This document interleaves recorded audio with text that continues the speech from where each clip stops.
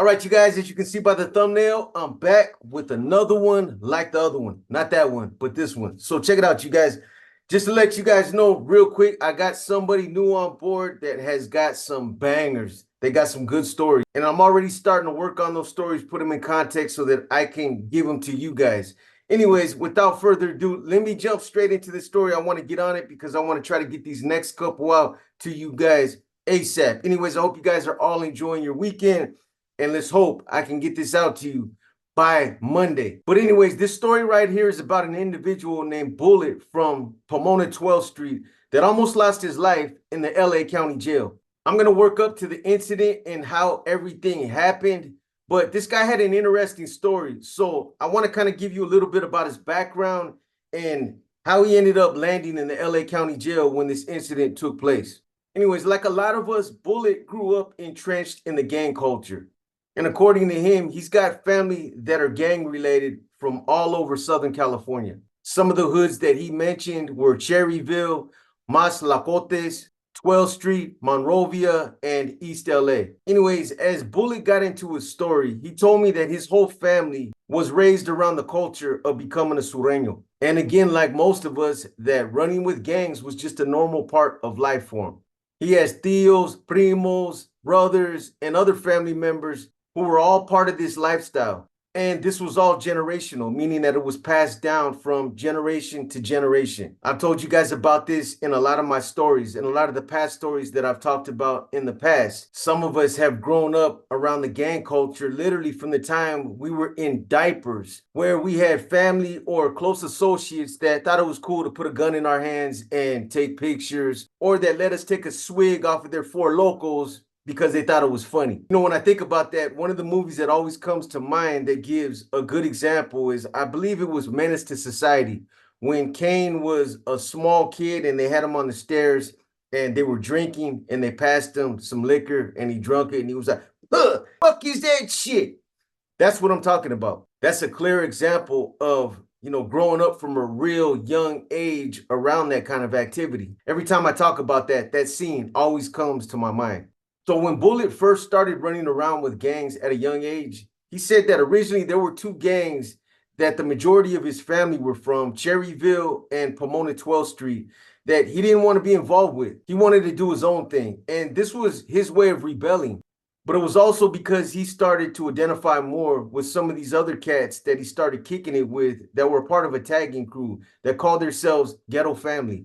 And according to Bullet, him and his little young homies from Ghetto Family used to run around partying, drinking, and tagging like other young tagging crews. And he said that at that time, they weren't really involved in hood politics, and they really didn't have too many issues with other hoods or other tagging crews. But then in 2004, everything kind of went left when they had an issue with another hood called the Pomona Sur Locotes. Bullet said the issue started with the Pomona Sur Locotes after his crew started generating a little bit of money selling dope and hitting licks. They were just trying to generate a little bit of money so that they could become self-supporting and so that his hood, Ghetto Family, could invest in things that they needed. That's what all gangs do. They use that money to invest in more drugs, or they use that money to buy cars, phones, whatever they need to keep their hood up and running. That's what they use that money for. But when the Pomona Sur Locotes heard that Ghetto Family was generating money and that they were turning a profit out there off of work and other things, they attempted to press them and they demanded that they start paying a percentage of taxes. This wasn't just a power move by a gang that was bigger and much more established, but they were also motivated by the fact that they were working hand in hand with the Mexican mafia and that they were loyal to them. And according to Bullet, the Pomona Sur Locotes were sent by the Mexican mafia to tax them and to take a little bit of that free money. So on the day that this incident kicked off, the Pomona Sur Locotes sent a couple of their street enforcers to confront members of Ghetto Family and to basically keep pressing them about paying these taxes. So they go over there, they meet with these youngsters, one thing leads to another, they exchange words, that leads to a fight, and basically the enforcers that were sent, they ended up getting beat up. You know, in a situation like this, when you have a gang that's working directly with the Mexican mafia and who are considered MA loyalists, Ghetto Family technically ran the risk of having their hood or their crew greenlighted by the MA. So a fight ends up breaking out, and a couple of these youngsters end up rushing these enforcers from the Pomona Sul Locotes. One thing leads to another, and that's basically what happens. But keep in mind, Ghetto Family, they're just made up of a small group of taggers. They're not even a big hood. And technically, they're not even given the respect of being recognized as another gang or a hood. Taggers don't get that kind of respect. They're almost looked at as like being a bunch of poo butts, like skateboarders. So after the initial confrontation, the Pomona Sublocotes, they end up sending a couple gunners back who sprayed up a couple of houses that were associated with Ghetto Family. The two gunners were a youngster from Tortilla Flats, and then there was another guy from Locotes that Bullet couldn't remember. But Bullet said that his two homies, Stomper and Bala, were shot as a result of that confrontation, and that a 4-year-old baby was in that incident. So now these guys are embroiled in a serious conflict. When guns come out and people start getting shot, that's when it started getting serious. So after this incident, several members from Ghetto Family reached out to different Mexican Mafia members for support. They reached out for the purpose of getting a blanket green light on the Pomona Sul Locotes whole hood, but they were shot down. Everybody that they reached out to shot them down. Bullet said they tried to get clearance from Mondo from Black Angels, Big Mike from Pomona, Frankie B before he got clipped, and a few others from Ontario. But here's the other thing. At that time, most of the tagging crews were green lighted because of another incident that had taken place. I'm not sure what it was, who was involved, or what happened. But most of the tagging crews were already green lighted. And this was a result of another incident that took place with another tagging crew. So basically, these guys were on their own. So at that point, Ghetto Family gets its whole crew together. They have a sit down. They talk about everything that happened, and they come to the agreement that they're going to go to war. They're not going to pay no taxes. They've already had a couple of their houses shot up. The Mexican Mafia is not supporting them. So they said, you know what? We're about to get active. And that's what they did. Or as Bullet said, it was program time. So this conflict, it actually continued on for several years, all the way up until around 2010 when Bullet ended up catching a case, and this is when he would land in the LA County Jail. And Bullet said that at that time when he entered the LA County Jail that he was still claiming Ghetto Family, but he was also claiming that Ghetto Family had their trece. He was claiming it as a hood. Whenever he'd get jammed up about where he was from, he'd rep it as GF 13 or Ghetto Family 13. He was asked by other Sureños in the county jail if his hood had their 13. And he was basically telling them yes, when in actuality, they didn't. From what I gathered, gangs in Southern California can somehow earn the privilege of representing their hood with the number 13, giving them more prestige and credibility. But I'm not sure how it works or what the process is. But Bullet claimed that this ended up getting him into a lot of trouble for claiming that they had something that they didn't have, and that at one point, his entire neighborhood or his entire crew got green lighted. And for his own indiscretions, this earned him a weekly 39-second beatdown by a 3-man crew. I guess they call this checadas or getting regulated. He actually described one of those situations that occurred after he got his 39-second boo-bop where he refused to shake hands with the cats that regulated him. Some of the older Sureños were like, hey, you don't want to shake their hands? You don't want to shake their hands? Give them that respect. But he said his pride was in the way. He wasn't about to shake hands with cats that just put hands on him. So he refused. He was like, hell no, I'm not shaking their hands, homie. I don't have to. So they ran him again. He got another boo-bop. I don't recall how long this was going on for, but he said it was going on for an extended period of time. But during one of his court appearances where he had to go to court, he ran into Lalo from Lomas, and he had 2 black eyes. And when Lalo seen him, he asked him, he said, hey, little homie, how come you got black eyes? And then Bullet tells Lalo, he says, because we're trying to get a trece. We're trying to become a gang. So according to Bullet, Lalo, he writes his name down. He writes his contact information down. He tells him, he's like, don't trip. I'm going to help you, little homie. He's like, I'm going to get at you through somebody else. But in the meantime, he's like, don't trip. I got you. Sounds like Lalo seen this little youngster and took a liking to him for standing on his convictions. And that's probably why he decided to help him. And Bullet did say that later on, Lalo did actually reach out to him from another individual from Norwalk. He ended up reaching out to him, but I'll get into that later. So Bullet went on to say that a lot of his homies from Ghetto Family ended up catching cases and would end up in the county jail. but none of them had no interest in taking those 39-second checadas. So they were advised to run resident, and that's what they did. But anyways, back to Bullet. So he ends up getting cleared in the county jail. They clear him, and some of the older Sureños, they start lacing him up. They start gaming him up, getting him ready to go to prison. And that's what they were supposed to do. They see a little youngster that's on his way to prison. You're not supposed to let him go to prison blind. You're supposed to lace him up and let him know what to expect. So they started gaming him up. Whisper from Parkside, Norwalk was one that he mentioned by name. He'd eventually end up copping to a 17-year deal. So he was probably headed for level 4, and he was going to get a good jolt of his first time in the joint. So anyways, while he's there to be waiting to be sentenced, they house him in 2400. So at some point while he's housed in 2400, he tells me that they get a kite from 1750. And it's basically a list of names of potential targets or people that are considered enemies in the jail. So when they screen this list, when they go over it, apparently they identified an Africano that was there in 2400 with them.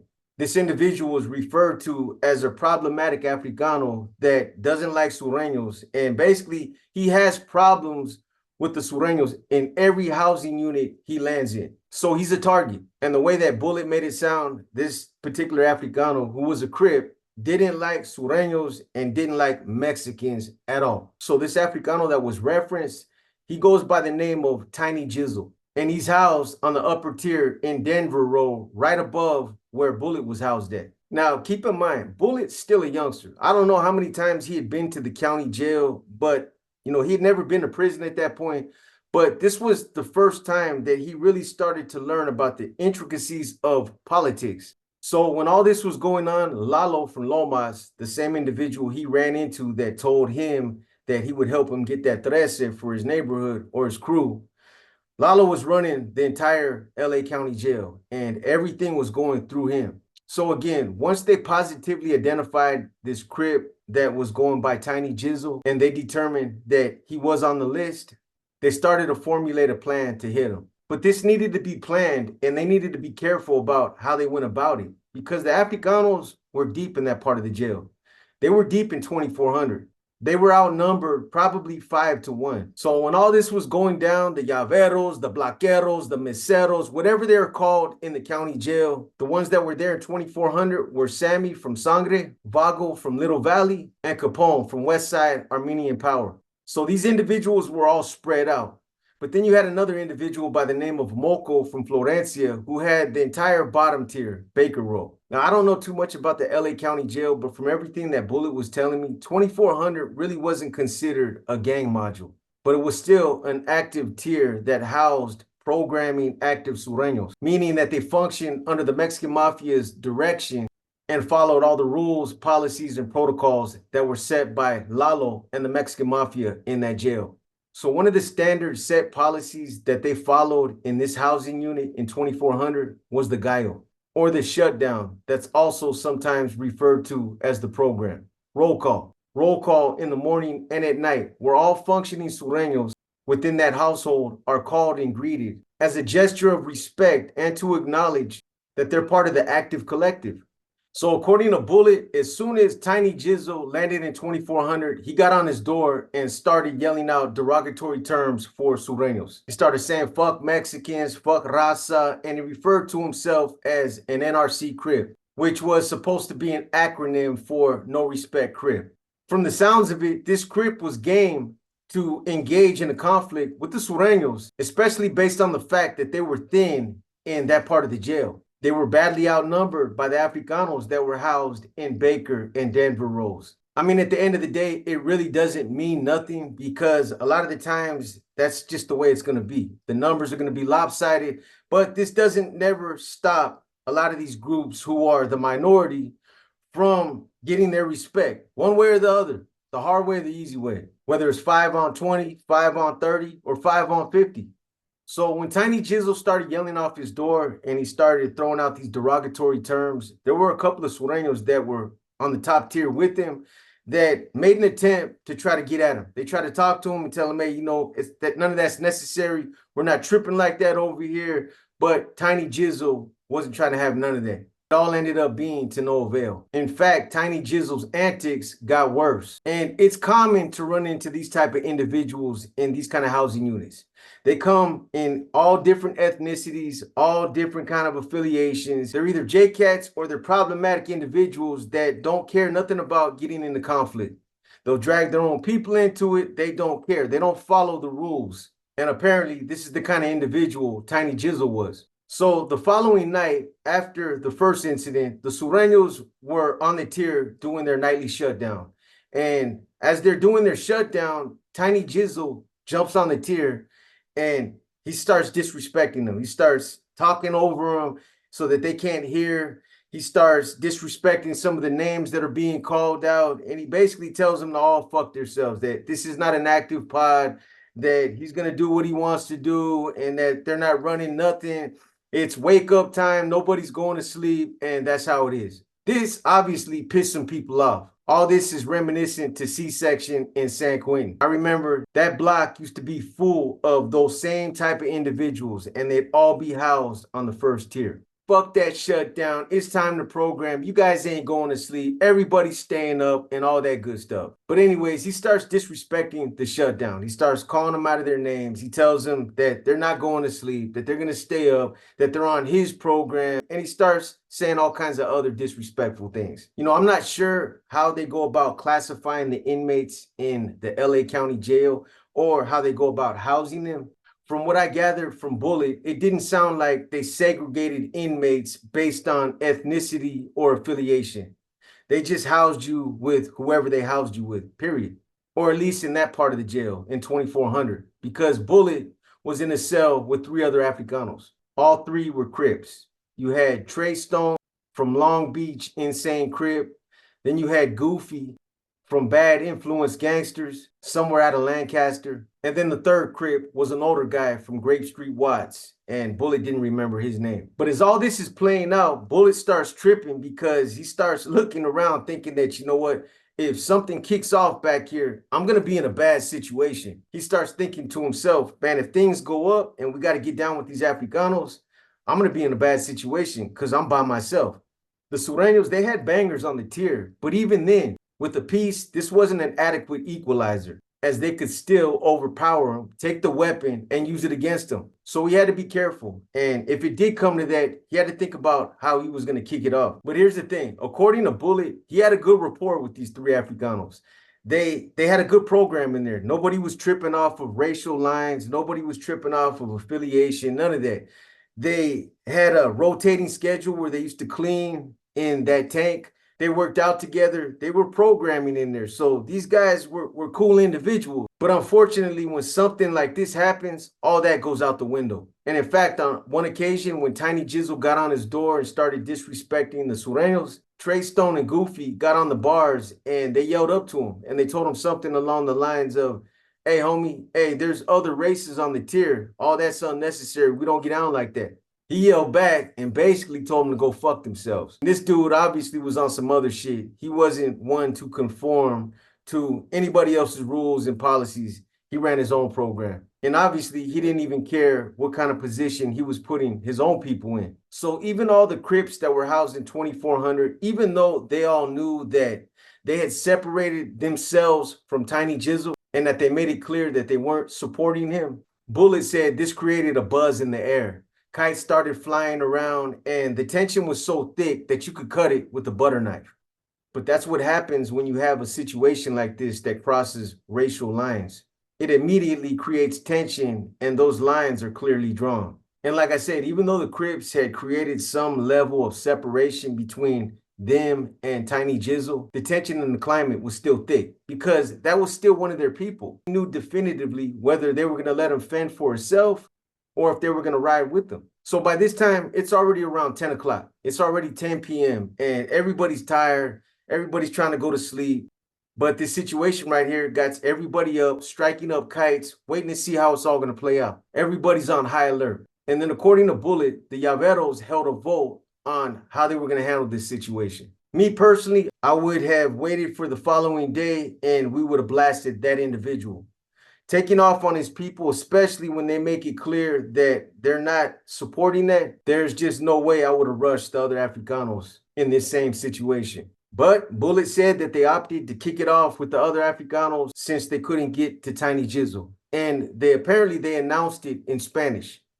And Bullet didn't speak Spanish. There's not too many Sureños that I know that don't speak Spanish, but apparently he grew up a little bit different and he didn't learn Spanish at a young age. So when the announcement went out, he didn't know about it. But apparently some of the other Sureños, they knew that. Moco from Florencia shoots Bandit a one time and he advises him of everything that's going on. He tells him it's time to program and it's time to get active. And it's on with the Africanos. Bullet gets back at Moco and he tells him, hey, you guys can't wait till tomorrow until the numbers are a little bit better. As you know, I'm over here by myself with 3 Africanos that are twice my size.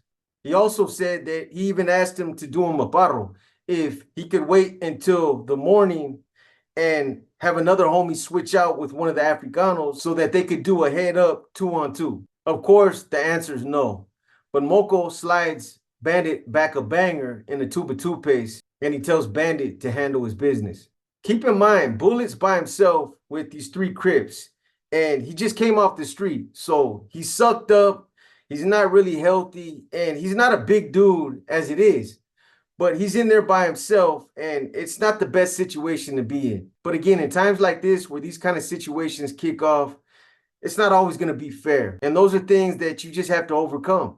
So when Moco slides the banger, apparently the older Africano, the older Crip from Grape Street Watts, he was already laying in his bunk. And Bullet said that he basically had to hover over this guy, over his bed, and he had to reach around the bars to grab it. Meanwhile, the other 2 Crips, Trey Stone and Goofy, they're up, suited and booted, and they're fully conscious of everything going on. They don't see the piece come in. They think it's toothpaste, but they're still suspicious about it. So there's another Sureño named Vago that's housed on Denver Road, right above where Bullet was housed. And at some point, Vago shoots a kite to Bullet, and he shoots him a shot of coffee. I guess Vago and Bullet had known each other from the streets. They had history. Vago was a little bit older, so, he was looking out for his little homie. But Vago gets at Bullet, and he tells him something to the effect of, hey, little homie, I feel bad that you're down there all by yourself, but here's a shot of coffee to help get your ass up. He tells him, look, whatever you got in your cell, secure it and get ready. When you yell, Animo Raza, we're all going to kick it off and go up. I know you'll shine. I love you, little homie. So now Bullet, he's pacing the cell. He's down there trying to get himself mentally pumped up. But he's thinking, you know what? This is my moment to shine right here. Maybe this is my moment to get that 13 for Ghetto Family. If this is what it's going to take to get that 13, I'm going to push a hard line. So by this time, it's already around 1:30. Trey Stone and Goofy, they'd already gotten in bed. They're tired. They want to go to sleep, but they're still kind of laying around to wait to see how all this is going to play out. So what Bullet does is he acts like he's going to use the bathroom. He goes over by the toilet, he puts up a curtain or whatever they use over there, and he starts to tie the weapon to his hand. He gets the weapon and he clenches it in his fist, and then he takes a strip of sheet and he starts to tie it around his hand. He does this for 2 reasons. One, because he knows he's going to be in there fighting with these dudes, and that at some point he's going to get tired and he doesn't want to drop the piece. But at the same time, he also thinks about how this might go down in his mind. And he knows that at some point, these guys might try to overpower him. So this is to avoid them from prying it out of his hand, if it comes to that. So he ties the weapon to his hand, and then at some point, he comes up from around the curtain. Trey Stone and Goofy, they're still awake, but they're facing the wall. They're not even paying attention to him. The older Crip, on the other hand, he sees Bullet when he comes around from behind the curtain, but he doesn't see the weapon in his hand. He doesn't see it. Bullet got his hands in his pants, and he's still pacing back and forth.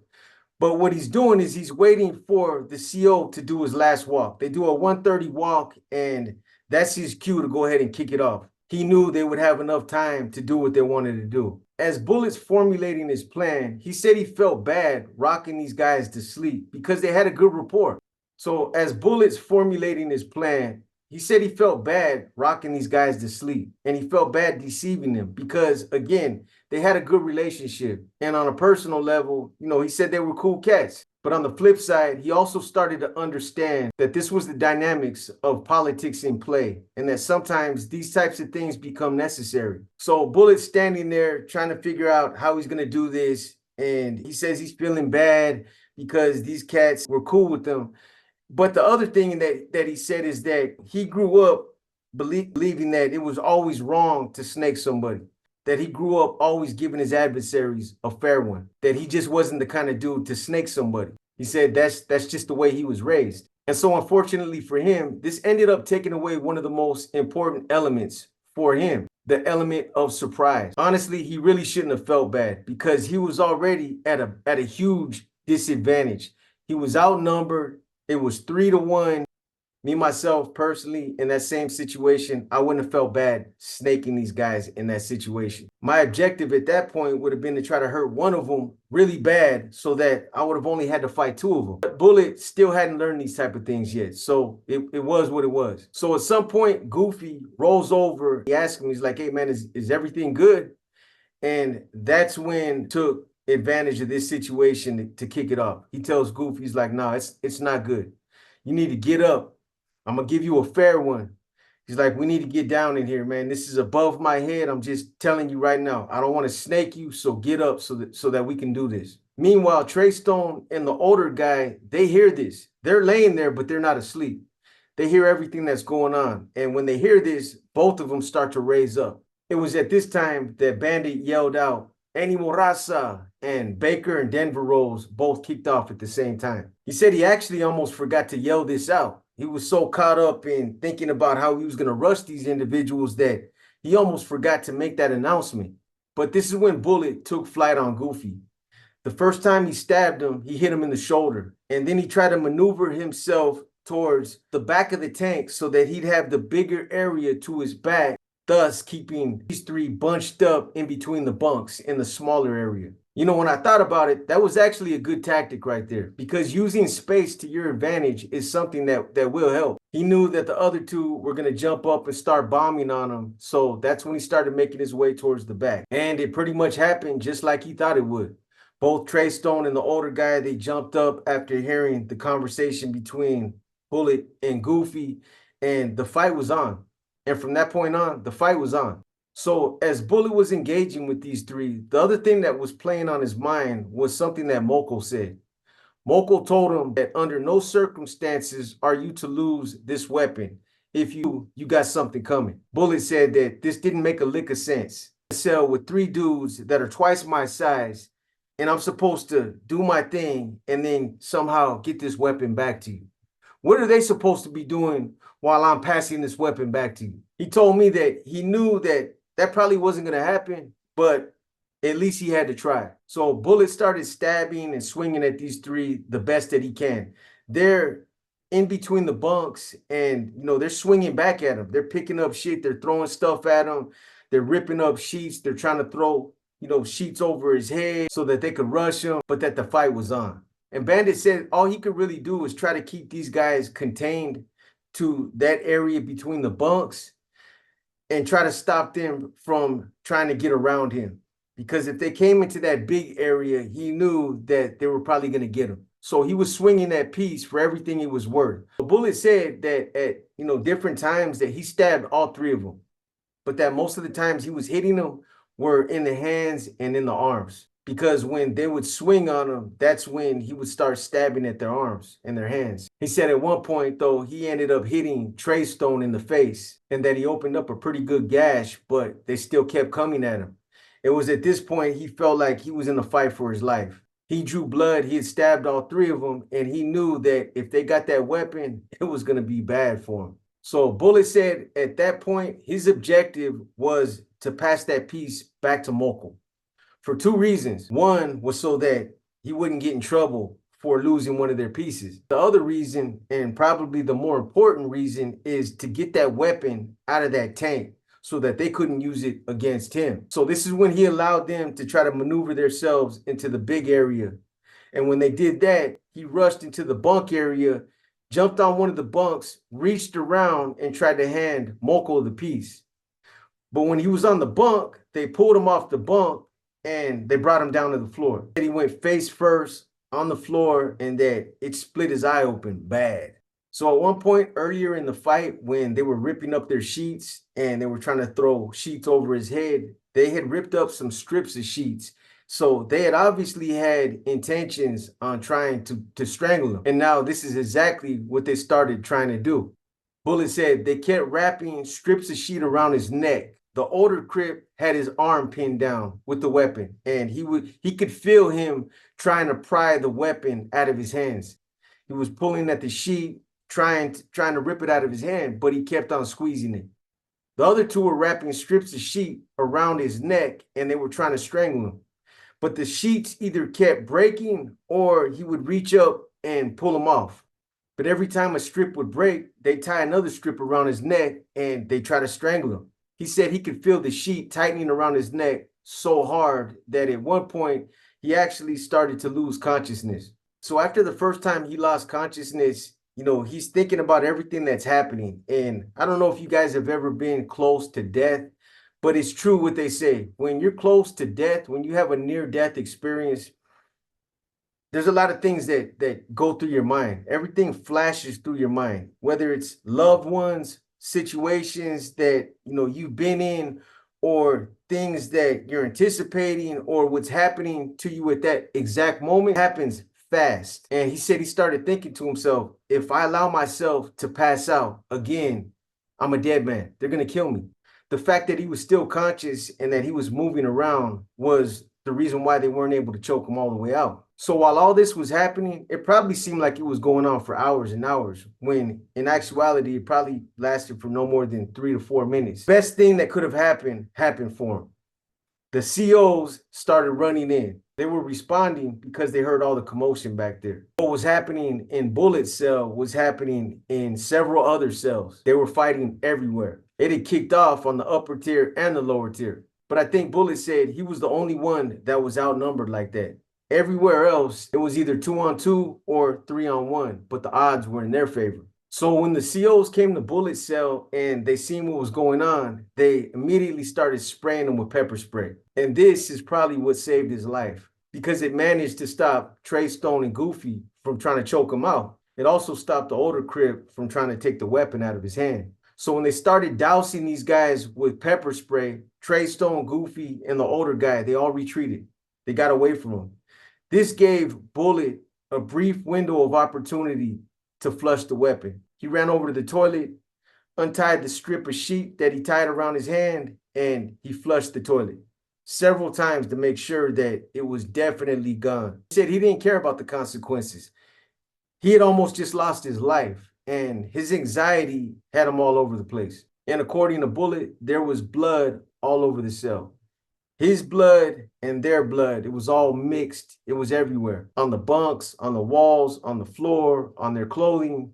They all had blood on them. The other thing that Bullet said is that when he got up and he ran towards the toilet to flush the weapon, there were still strips of sheet that were tied around his neck that were hanging off his shirt from when they were trying to strangle him. So by this time, that whole area, 2400, was flooded with officers that responded from other areas in the jail. And Bullet said that he could hear him up and down the tier yelling for, other cats to stop fighting. He could hear the pepper ball guns going off, the COs yelling, and it actually took them a while to get everybody to stop fighting and to prone out so that they could cuff him up. But when they came to Bullet's cell and they told him to back up to the gate so that they could cuff him up, he said, nah, I'm not proning out and I'm not cuffing up. They're going to go first. He said again, after having come that close to losing his life, he just wasn't going to do it. He wasn't going to allow himself to be put back in that situation. I'm sure he was freaking out on some level. When you come that close to death, those kind of experiences, they change you. So eventually, Trey Stone, Goofy, and the older Crip, they decide to cuff up first. They kind of go back and forth with Bullet, and they tell him, hey man, don't try to pull no funny style shit. And Bullet assures him, hey man, I'm not going to rush you. I'm not going to do that. I'm not going to pull no PC move like that. Go ahead and cuff up, but I'm not cuffing up first.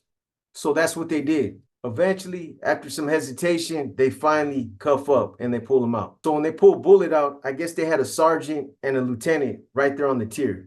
He said, damn, look at this kid. They really fucked this kid up bad. The sergeant then told the COs, hey, Keep him separated. Keep him separated from the other sureños. Otherwise, if they see him, this is going to keep this riot going. His adrenaline clouded most of it out. But what they basically did to him is what they call getting elephant manned. It's when your head gets beaten and it's so swollen that you look like the character, the Elephant Man. So when they pulled Bullet out, they walked him down by 2600 and they just had him standing up against the wall while they were escorting everybody else. I don't know where they were taking him, but they were pulling everybody out. They really didn't want the other Sureños to see what he looked like. So I don't know what changed, but apparently after they did their investigation and they seen everything that was involved, they decided ultimately to put Bullet back in with everybody else. He would end up getting housed back in 2400, but they knew that there was no way that they could put the Crips and the Sureños in the same tanks with each other. So what they did was they separated the whole tier. Not after this situation, at least not for a while, but it was going to take some time. Over time, some of these guys would end up getting transferred out to prison, and some of these guys would end up getting released. But in the interim, they split the tier right down the middle and separated the Crips from the Sureños. They moved all the Africanos and put them from Baker 1 to Baker 6. And then they skipped Baker 7, obviously because they didn't want to have two tanks right next to each other with blacks and Sureños in them. And then they put all the Sureños in Baker 8 to Baker 13 or 14, wherever the tier ends. So Bullet, he actually ended up getting housed with Moco from Florencia, the same individual that ended up sliding them that weapon. And then at one point, after they got situated in the cell, Moco ended up asking Bullet what happened to the weapon. He also reminded him that there were consequences for losing weapons that belonged to the casa. But Bullet stood his ground. He stood his ground and he told Moco, he's like, you know what? I'll take whatever I got coming. I don't even care. He told Moco, you need to take into consideration that, I got him up with 3 cats that were a lot bigger than me. And I almost lost my life in there, bro. These cats were trying to take my win. And you're worried about a weapon that can be replaced. Well, guess what? My life can't be replaced. If they would have took my life, that would have been it for me. So according to Bullet, everything that happened that night in 2400 was reported to Lalo, who ended up praising Bullet for fighting like a warrior and for getting off where most individuals probably would have pissed on themselves or locked it up.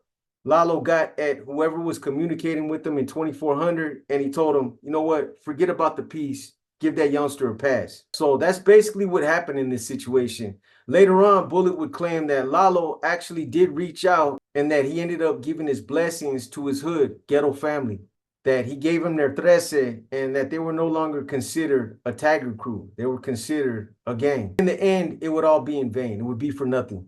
Because after going through all these extremes of trying to get this recognition for ghetto family and doing everything he could, pushing a hard line to try to get the trece, he ended up getting jumped in to Pomona 12th Street, where most of his family were from anyway. Bullet would end up copping out to a 17-year deal, and then unfortunately for him, like so many others, he would end up on an S&Y. The one thing that should be taken away from this is that life is precious, especially when you put yourself in these kind of situations where you miscalculate or misjudge a situation that you get caught up in. Bullet got lucky, and it literally came down to a matter of minutes of him almost losing his life. If the officers wouldn't have responded when they did, he probably would have met an early demise like so many others before him in the LA County Jail. I hope you guys have enjoyed this episode of Paradigm Profiles. I'm already working on several other stories that should be dropping sometime soon after this one. So stay tapped in and be on the lookout for them. In the meantime, if you guys like this story, give it a thumbs up. If you didn't like this story, give it a thumbs down. But either way, drop a comment and let me know what you think. As always, thank you guys for tapping in. Thank you for your support, and thank you for helping us grow. On that note there, this is your boy B, and I'm out.